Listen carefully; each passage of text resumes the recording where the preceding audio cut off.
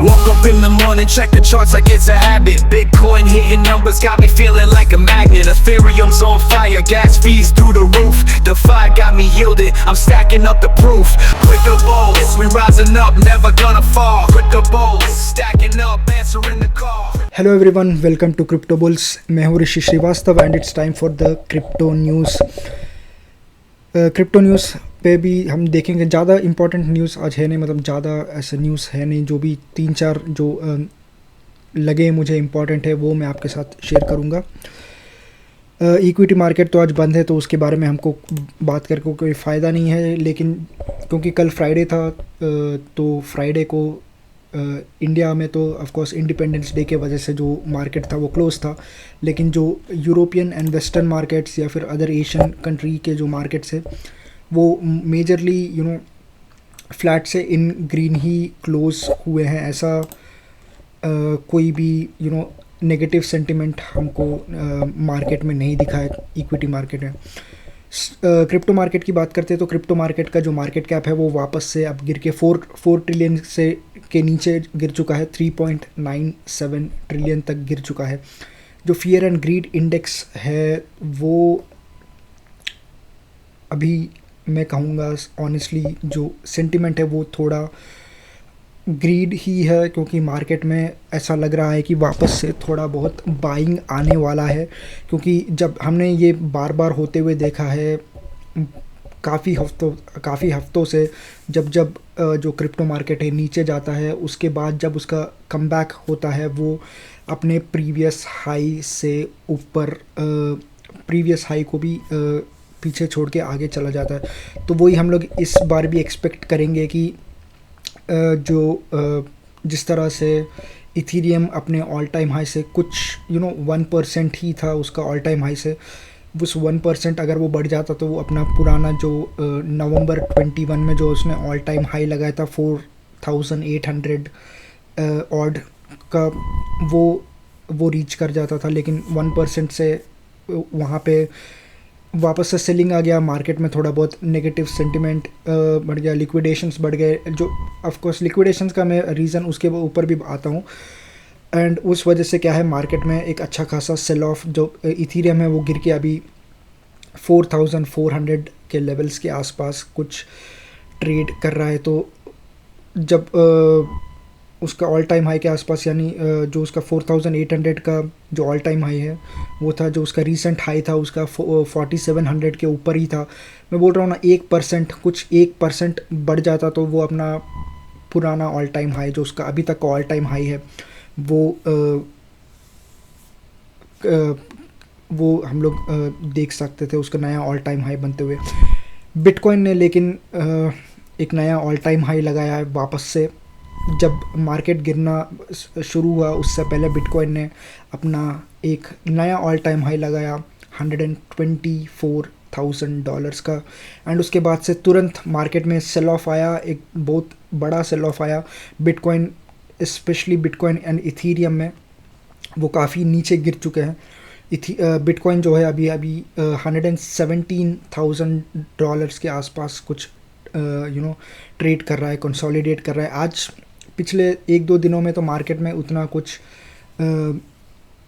Excitement, enthusiasm नहीं है market में। जो मार्केट है वो पिछले 2 दिनों से फ्लैट ही ट्रेड कर रहा है। जब से वो सेल ऑफ आया उसके बाद से थोड़ा बहुत रिकवर करने की कोशिश कर रहा है, लेकिन मेजरली जो है फ्लैट लाइन के आसपास ही मार्केट जो है वो अभी ट्रेड कर रहा है।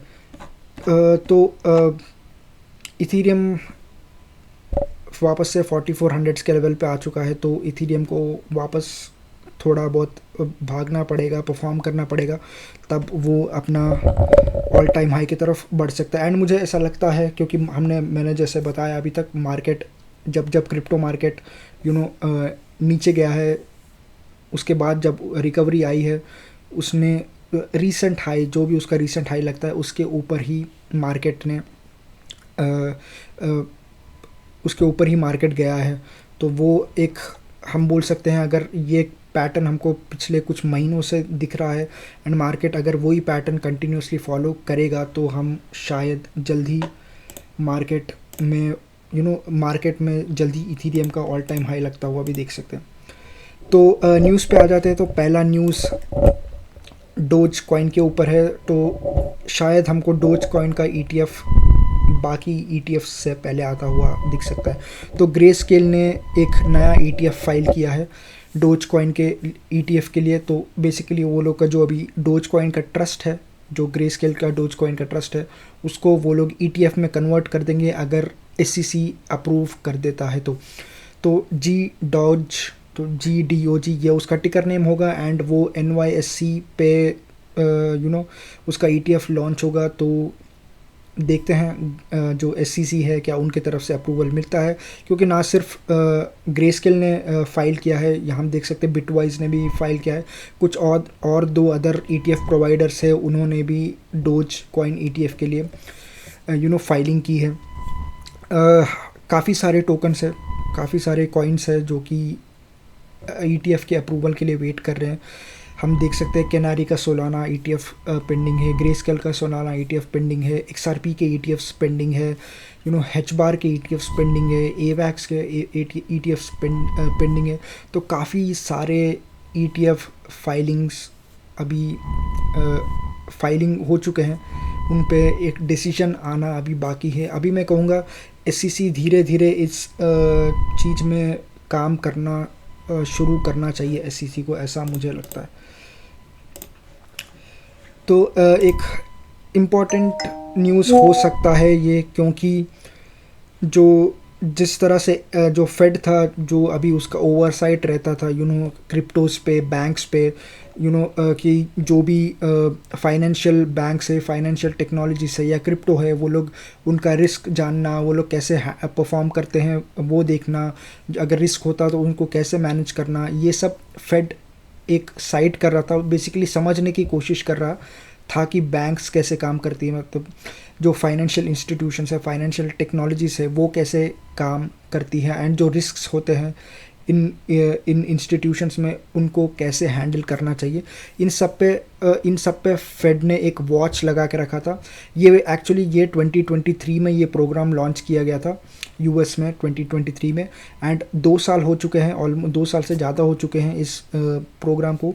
एंड फेड ने अब ये स्टेटमेंट देते हुए इस प्रोग्राम को क्लोज़ किया है कि हमको जितने इंसाइट्स चाहिए थे वो हमने लिए हैं, एंड अब हमको ज़्यादा सुपरवाइज़ करने की ज़रूरत नहीं है। तो इसलिए जब ये जो सुपरविज़न है, जो ओवरसाइट है, हम ये क्लोज़ करेंगे। ये प्रोग्राम जो चल रहा था, हमने शुरू किया था 2023 में, वो अब क्लोज़ करेंगे। तो ये काफ़ी पॉजिटिव चीज़ है। ये अब ये हो सकता है कि जो भी बैंकिंग, जो भी क्रिप्टो कंपनीज बैंक बनना चाहती थी या बैंकिंग लाइसेंस के लिए अप्लाई कर रही थी, उनको शायद अब इजीली बैंकिंग लाइसेंस मिल सकता है, ऐसा मुझे लग रहा है। क्योंकि ये हमने रिसेंटली भी जो ट्रंप एंड CNBC के बीच में जो इंटरव्यू हुआ था, उसमें भी ट्रंप ने इस चीज़ को काफ़ी क्रिटिसाइज़ किया था कि काफ़ी सारे जो फेड है वो कंजर्वेटिव सोच रखने वालों को एंड जो क्रिप्टो कंपनी से उनको बैंकिंग लाइसेंस नहीं प्रोवाइड कर रही थी। लेकिन उस चीज़ को काफ़ी ट्रंप ने क्रिटिसाइज़ किया एंड उस चीज़ पे एक एग्जीक्यूटिव ऑर्डर भी ट्रंप ने निकाला था। एंड यहाँ पे एक और मूव फेड की तरफ से, जहाँ पे वो जो सुपरविज़न था, जो ओवरसाइट था, वो अब वापस लेने वाले हैं वो लोग। उनका जो प्रोग्राम है वो एंड होने वाला है। इंडिपेंडेंस डे पे, इंडिया के इंडिपेंडेंस डे पे इंडिया एक बिटकॉइन पॉलिसी इंस्टीट्यूट लॉन्च करता है। तो bitcoin policy of institute of India, BPI India, एक नया प्रोग्राम है जो इंडिया लॉन्च कर रहा है to understand bitcoin, to mine bitcoin, to integrate bitcoin into India's financial economy. तो बेसिकली हुआ ये है कि ये अनाउंसमेंट कल आया है 15 अगस्त को। ये एक मिशन है जो कि बिटकॉइन के ऊपर, बिटकॉइन को रिसर्च करना, उसको एजुकेट करना, लोगों को एजुकेट करना, इंटीग्रेट करना वगैरह वगैरह इंडिया के फाइनेंशियल सिस्टम में, ये सब करने वाले हैं। तो बेसिकली इसमें होगा क्या, तो बिटकॉइन के माइनिंग के ऊपर रिसर्च किया जाएगा, देखा जाएगा कि इसके इकोनॉमिकल कितने बेनिफिट्स है इंडिया के लिए। इसके स्ट्रेटिजिक रिज़र्व के बारे में जो हम बात करते हैं, इंडिया का स्ट्रेटिजिक रिज़र्व बनाएगा बिटकॉइन का, उस पर भी ये लोग बात करेंगे। जो प्रॉब्लम्स है, चाहे वो किसी भी टाइप का प्रॉब्लम हो इंडिया में, फाइनेंशियल प्रॉब्लम हो, इकोनॉमिकल प्रॉब्लम हो, या फिर अदर पॉलिटिकल प्रॉब्लम्स हो, या फिर एनर्जी का प्रॉब्लम हो, क्या वो सब हम बिटकॉइन के थ्रू किस हद तक सॉल्व कर सकते हैं, इस पे भी ये लोग चर्चा करेंगे, इस चीज़ पे भी रिसर्च करेंगे। तो state level bitcoin mining opportunities के बारे में डिस्कशन होगा, ये उन्होंने कहा है। एंड जो कॉरपोरेट स्ट्रैटेजीज़ कॉरपोरेट जो ट्रेजरीज़ है, जिस तरह से हम अभी यूएस में होता हुआ या ग्लोबली होता हुआ देख रहे हैं, जहाँ पे जो काफ़ी सारे जो कंपनीज है, इंस्टीट्यूशंस है, कॉरपोरेट्स है, वो अपने पोर्टफोलियो में, अपने ट्रेजरी में जो है उन्होंने क्रिप्टो करेंसीज, चाहे वो बिटकॉइन हो जाए, इथीरियम हो जाए, सोलाना, सुई, टोन कॉइन, ये सब का जो उन्होंने लॉन्च किया है, वो प्रोग्राम जो लॉन्च किया है, जहाँ पे वो लोग अपने ट्रेजरीज में ये सारे डिफरेंट वैरायटी के जो क्रिप्टोस है, जो टोकन्स है, वो होल्ड करेंगे। क्या वही स्ट्रैटेजी इंडिया भी इम्प्लीमेंट करेगा? क्या इंडिया के जो कॉरपोरेट्स है, क्या वो भी अपने ट्रेजरी में जो है क्रिप्टो टोकन्स क्या होल्ड करेंगे, क्या परचेज करेंगे? इस चीज़ पे भी बात किया जाएगा। तो ये अभी तो लॉन्च हुआ है, अभी इस पे काफ़ी सारा इन्फॉर्मेशन आना बाकी है। कौन इस पॉलिसी को हेड करेगा, एट्सेट्रा एट्सेट्रा। एंड ये कैसे इनका जो टाइमलाइन है वो कितना लंबा है, क्या ये सिर्फ बिटकॉइन पे फोकस करेंगे या फिर अदर टोकन्स को भी ये लोग अपने स्ट्रेटजी में इन्वॉल्व करेंगे? तो ये सब देखने वाली बात होगी। अगला है तो ये हम बात कर रहे थे जो अभी तक जो बिटकॉइन एंड इथीरियम के ETF के ऊपर। तो पिछला एक वीक काफ़ी अच्छा रहा है इथीरियम एंड बिटकॉइन के लिए, जहाँ पे हम देख सकते हैं 40 बिलियन के इन्वेस्टमेंट्स आए हैं बिटकॉइन एंड इथीरियम के ETF में। लेकिन पिछले 1-2 दिनों में काफ़ी सारा पैसा गया भी है। 60 मिलियन $US जो है इथीरियम की ETF से सिर्फ एक ही दिन में आउटफ्लो हुआ था। लेकिन यहाँ पे एक रिकॉर्ड नंबर हमको क्लियरली दिख रहा है, जहाँ पे जो बिटकॉइन एंड इथीरियम का ETF है, उसने लास्ट वीक 40 बिलियन के इन्फ्लोस आए थे। तो ये एक बिगेस्ट वीक है, one of the biggest week है। एंड अगर फ्यूचर में ऐसे ही वॉल्यूम के inflows continuously bitcoin and ethereum के ETF में आते रहे, तो हम जो प्रेडिक्शंस कर रहे हैं कि इथीरियम 7500 का लेवल क्रॉस कर देगा, इथीरियम 13,000 का लेवल क्रॉस कर देगा, जो बिटकॉइन है वो 150 या 200,000 का जो लेवल है वो टच करेगा, वो सब तभी पॉसिबल होगा जब इस तरह का वॉल्यूम में पैसा अंदर आता रहे, ETF में पैसा आता रहे। मैं एक बिटकॉइन के डोमिनेंस की भी एक बार नज़र डाल देता हूँ। तो बिटकॉइन का डोमिनेंस लास्ट टाइम से थोड़ा बड़ा है, 59% है, लेकिन अभी भी 60% के लेवल से नीचे ही है। तो वो एक अच्छी बात है इथीरियम एंड आल्ट कॉइन्स के लिए। और एक इंटरेस्टिंग चीज़ यहाँ पे ये है कि मैं ये बताना चाहूँगा कि हमने 2 दिन में जो एक सेल ऑफ देखा, उसके बावजूद जो बिटकॉइन का डोमिनेंस है वो एकदम ड्रास्टिकली नहीं बढ़ा है। तो वो एक काफ़ी पॉजिटिव चीज़ है, जहाँ पे अगर जो बिटकॉइन का डोमिनेंस है वो काफ़ी बड़ा होता तो आल्ट कॉइन्स के लिए ये एक नेगेटिव न्यूज़ होता। और एक चीज़ ये है कि मेजरली मैं कहूँ तो जो क्रिप्टो मार्केट है वो काफ़ी क्रिप्टो मार्केट का जो फंडामेंटल्स है, जो भी क्रिप्टो मार्केट का जो मैक्रो फैक्टर्स है, क्रिप्टो फैक्टर्स है, वो काफ़ी अच्छा है। जो भी मार्केट का सेंटिमेंट है, जो पॉलिसीज़ है, जो भी गवर्नमेंट कर रही है, वो सब ऑनेस्टली आप देखोगे तो आपको दिखेगा कि ये सब क्रिप्टो के फेवर में ही है।